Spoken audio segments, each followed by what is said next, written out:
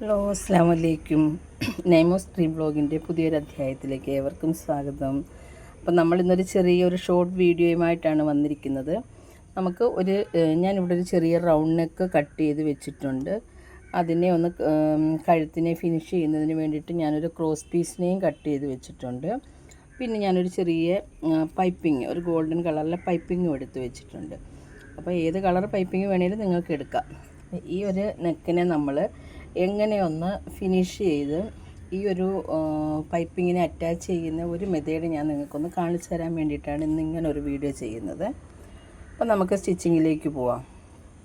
Okay, നമ്മളപ്പം ഈ ഒരു പൈപ്പിങ്ങിനെ വെക്കുന്നതിന് വേണ്ടിയിട്ട് തുണിയുടെ അകവശം, അതായത് ചീത്ത വശമാണ് വെച്ചിരിക്കുന്നത്. ഈ ചീത്ത വശത്ത് വെച്ചിട്ടാണ് നമ്മൾ ഈ ഒരു പൈപ്പിങ്ങിനെ ഒന്ന് ഫിനിഷ് ചെയ്യാൻ പോകുന്നത്.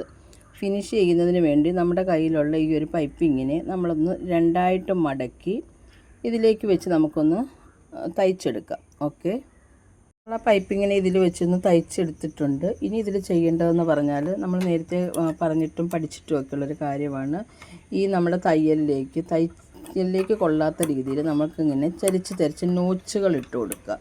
അതിന് ശേഷമായിരിക്കും നമ്മളിതിനെ ഫിനിഷ് ചെയ്ത് തയ്ക്കേണ്ടത്. അപ്പോൾ നമുക്ക് നോച്ച് കൊടുത്തിട്ട് തയ്ച്ചാലോ.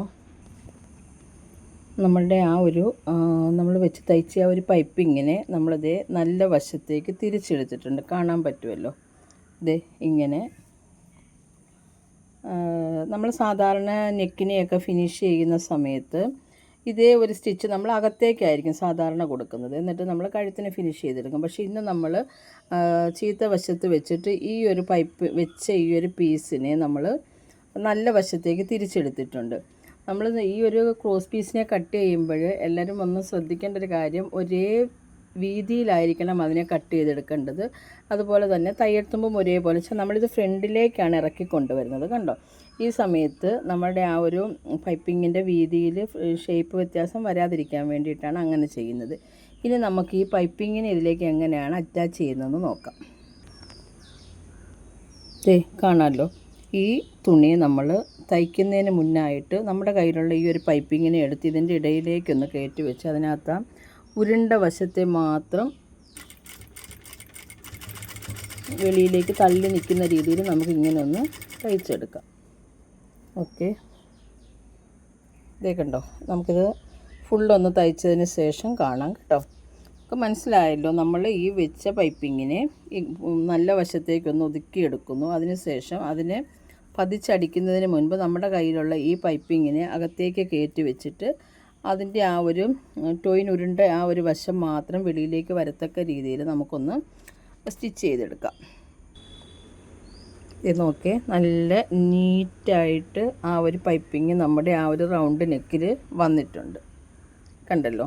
അപ്പം ഇതേപോലെ നിങ്ങൾക്കെല്ലാവർക്കും നമ്മുടെ നെക്കിൽ ഇഷ്ടമുള്ള തരം പൈപ്പിങ്, ഇപ്പം നമ്മൾ ഈ എടുത്ത ക്രോസ് പീസിൻ്റെ വീതിയെ നിങ്ങൾക്ക് എത്രയാണോ മുന്നിലേക്ക് ഇറക്കേണ്ടത് അത്രയും തന്നെ വീതിയിൽ ഇറക്കാൻ പറ്റും. ഇതിപ്പം ഞാനൊരു ചെറിയ 1.5-2 ഇഞ്ച് വീതിക്കകത്തേ എടുത്തിട്ടുള്ളൂ. ഇനി നിങ്ങൾക്ക് ഈ ഒരു കളറ് വേറെയാണ് വേണ്ടതെങ്കിൽ, അതായത് ഈ എക്സ്ട്രാ ഇങ്ങോട്ട് കരണ്ട ഒരു കളർ വേറെ ഒരു കളറാണ് നിങ്ങൾക്ക് വേണ്ടതെങ്കിൽ അങ്ങനെയും നിങ്ങൾക്ക് ക്രോസ് പീസിനെ കട്ട് ചെയ്തെടുക്കാം. ഇതേപോലെ ഭംഗിയായിട്ട് നിങ്ങൾക്ക് പൈപ്പിംഗ് വെച്ച് കൊടുക്കാം. അപ്പോൾ ഇന്നത്തെ എൻ്റെ ഈ ഒരു ചെറിയ വീഡിയോ എല്ലാവർക്കും ഇഷ്ടപ്പെട്ട് കാണുമെന്ന് വിശ്വസിക്കുന്നു. ഇഷ്ടപ്പെട്ടെങ്കിൽ ലൈക്ക് ചെയ്യുക, ഷെയർ ചെയ്യുക, സബ്സ്ക്രൈബ് ചെയ്യുക. വീണ്ടും നമുക്ക് നല്ലൊരു സ്റ്റിച്ചിങ് ടിപ്സുമായിട്ട് വരാം. ബൈ.